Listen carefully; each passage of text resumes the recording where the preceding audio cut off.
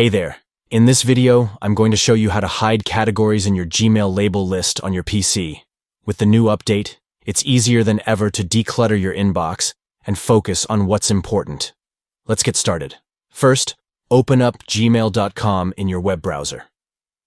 Next, look to the top bar and click on the gear icon.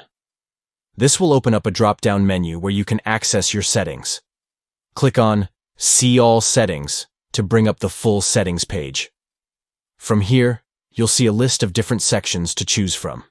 Find and click on the Labels section. Scroll down the list of labels until you find the Categories section. Here, you'll see a list of different email categories like social, promotions, and updates. Choose which categories you want to hide by clicking on the Show button next to them. Once you've hidden the categories you don't want to see, click on the Save Changes button at the bottom of the page.